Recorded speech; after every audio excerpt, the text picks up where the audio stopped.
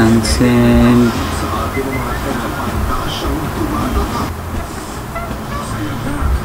Wala dito yung files ko. Wow! Nababad trip ako ah. Ano ba yan? Bakit? Dahil pala di ko dinilit dati. May re-recover yung mga videos ko. Taga-taga 2019 at 2018 videos yun eh.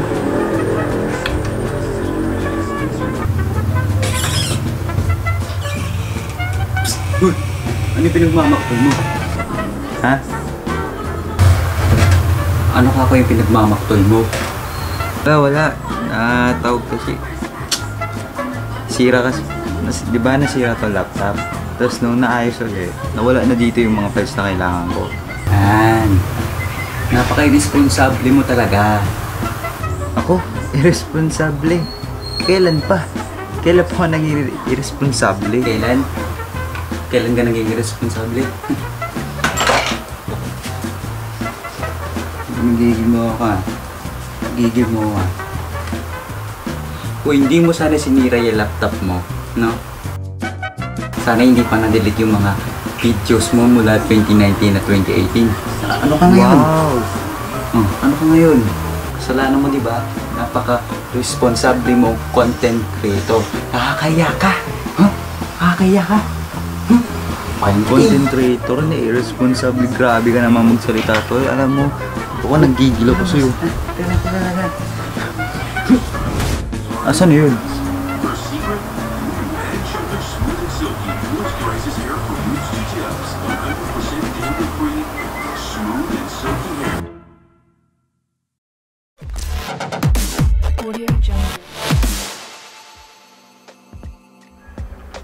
Yo, kamusta na yun guys? It's us the bestest back in again with another video.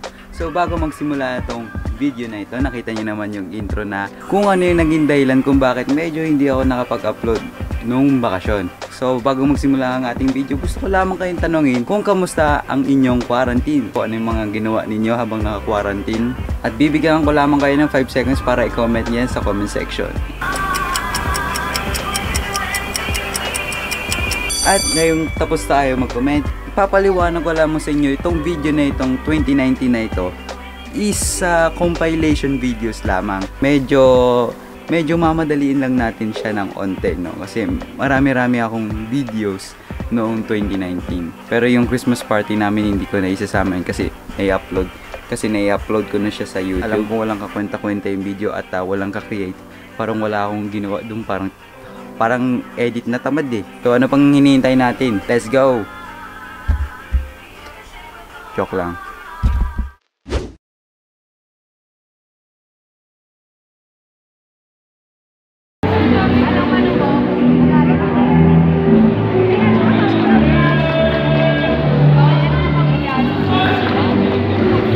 Team Manager, Sister Altagracia Miguel, SFIC.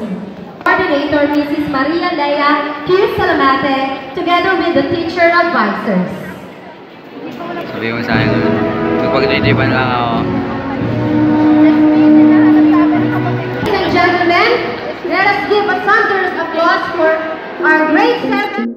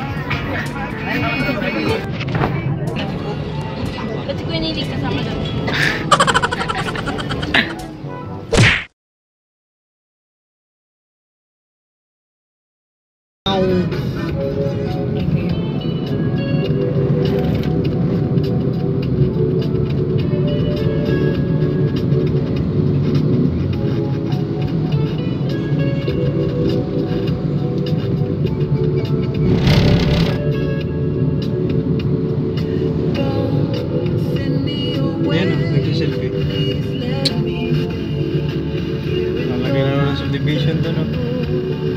Ano? Titigil ka?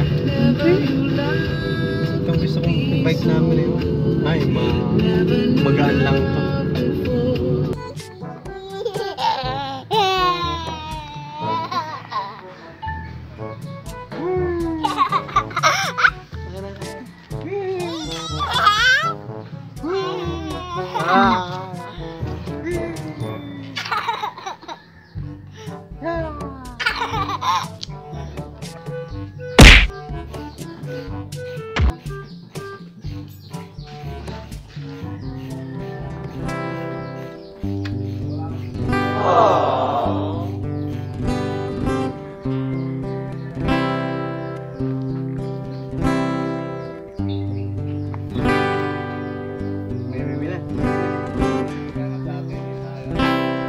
Hush, little baby, don't say a word. Papa's gonna buy you a mockingbird.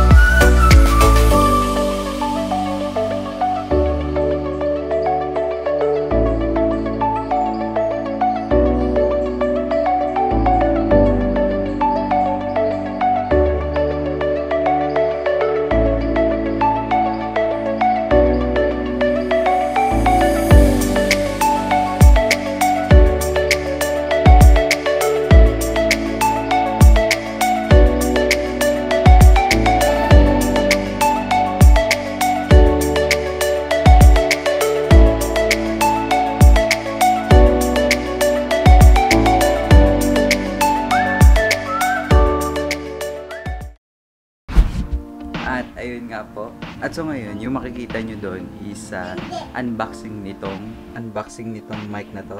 Yan. Ito ang unbox natin. So, kung itatanong nyo kung magkano itong mic na to, itong mic nga pala is Boya B MM1 at nabili ko lang siya sa Shopee. Lalagay ko na lang yung link niya sa description below.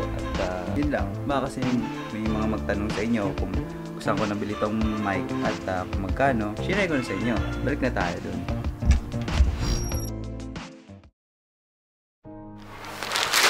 Yun na nga ho, no? Kung makikita nyo naman dito. Ito yung unboxing na sinasabi ko sa inyo noon na binili ko sa Shopee noong kailan nga ba? 25. In-order ko siya ng 25 tsaka nag-process siya syempre. Tumating siya ngayon na October 30.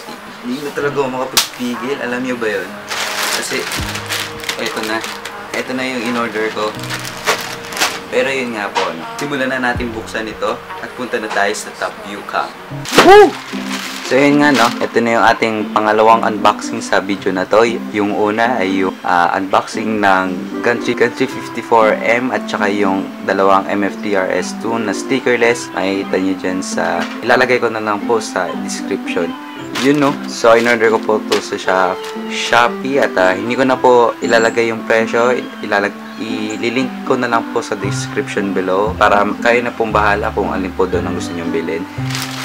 Yun, no? Ngayon, buksan na natin gamit ang ating pocket knife. Ayun o, nakikita nyo na ba? Nakikita nyo na ba?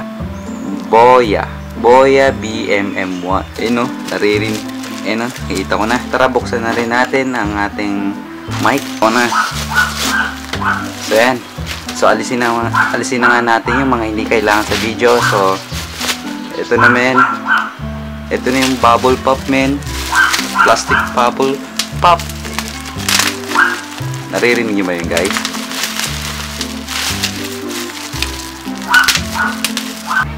Yun.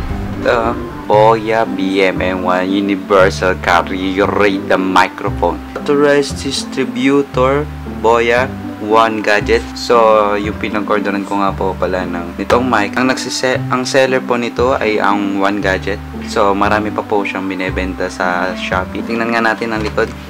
Features compatible. Tingnan niyo to guys. Tingnan niyo to. Compatible to guys, hindi compatible. Ang lupit na compatible. So yun nga, compatible with smartphone, tablets, DSLR, cameras, consumers, camcorders, audio recorders, etc. Compact and lightweight directional mic. Rugged metal construction, no battery required. Uy, no battery required. Professional Fury windshield included. So yun din natawag nating dead cat o yung windshield kung makita nyo dun sa mga ito nga po pala ang ating windshield or dead cat. So yun guys, bubuksan na natin ang ating mic. Hindi na talaga makapaghintay. Bubuksan na natin in 3, 2 Mga tanga. Ha? Ay, mali pala nabuksan ko. 3, 2 yun makita nyo dito meron tayong mga manual for Boya BMM1. Ang dami yan, liliit. Warranty card. So yun nga ngayon nakita na natin ang ating mic. So meron tayong mic holder. Meron tayong mga cables. So sa tingin ko ito ang cable para sa DSLR or sa PC. Meron pa tayong cable so meron tayong dalawang cables. Ito yung para sa camera. Naman ay para sa cellphone. Pouch. Ayun pouch. Yun pouch ng Boya men. Pouch. Ang ating camera. Uy, wow, dead cat. Ang kinis niya men. Ang sarap sa feeling. Alam niyo ba yan? Ang sarap sa feeling nito hawak-hawakan. Dahan-dahan natin ito tanggalin. Yun. So tinanggal muna natin ang ating dead cat or ang windshield dahil kailangan muna natin tignan to. Ito na yung kanyang mismong mic. Makita mo naman. So ito to ang ngayon nandoon sa feature na isa siyang metallic. So paano kapit na nga natin. So ngayon guys, itetest na nga natin to at isasalpak ko dito sa camera para makita natin ang audio quality nitong Boya BMM1. Tapos ngayon sinet up ko na rin itong camera ko. Inayos ko yung audio level niya. So kapag sinalpak natin itong camera na ito, for sure hindi siya mag-aralgal. So ngayon, itry na natin. Alam kong gagana to pero sana kumana ng maayos kasi kung hindi, di sayang. Yan, nakasalpak na po yung ating microphone. At so ngayon, ito na yung kanyang wire. So ang gagawin ko na lang ay isalpak na lang itong wire dito at bibilangan na lang natin. Babaan ko lang yung audio nito. At binabaan ko rin yung background music. Yun. So, bibilang na tayo in 5, 4, 3, 2, 1. So ano guys? Naging maayos ba yung audio quality niya? Naging maganda ba? Or nag-improve? Lumakas ba yung boses ko? Lumakas ba yung boses ko nung nagkaroon na ng mic? Hindi ko pa po alam yung kinalabasan niya. So, i-comment nyo na lang po sa baba. At saka mamaya, titignan ko na lang din kung ano yung naging kalabasan niya. At, yun lang. Itong mapapanood nyo, ito ay ginanap noong January lamang. Ito ang tinatawag na outreach kung saan nagbibigay ka ng mga supplies at ng mga lumang gamit na pwede pang gamitin para sa mga AICA.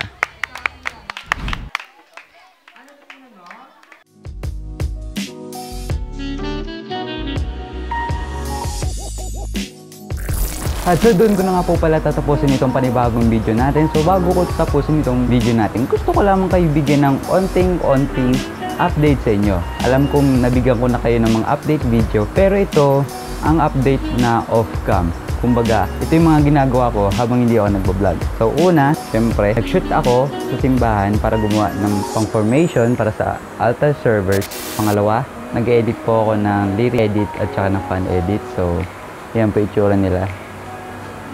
So, kung nakikita nyo man sila sa Facebook, yun po yung tinutukoy ko.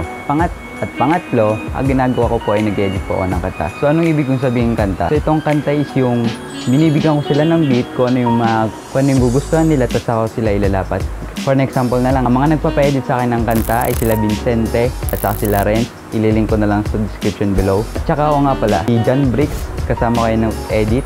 Nag-edit ng kanta ni Vincente, pero si John Bricks po, sinasuggest ko po sa inyo na subscribe kayo sa kanya. Kasi nagagawa din po siya ng mga kanta. At panghuli ay mag-subscribe po kayo kay Kate Ashley Vargas. So, hindi ako sure kung nakapag-upload na siya. So, dito na po tayo magtatapos at magkita-kita po tayo sa susunod na video. At saka, pwede bang makahingi ng konting subscribe lang naman? Magpakita kayo ng konting suporta para sa akin. Ito na po pala tayo magtatapos. Mag-comment na kayo sa comment section below kung ano yung gusto nyo yung pagawa sa akin. At, Earls out. Peace.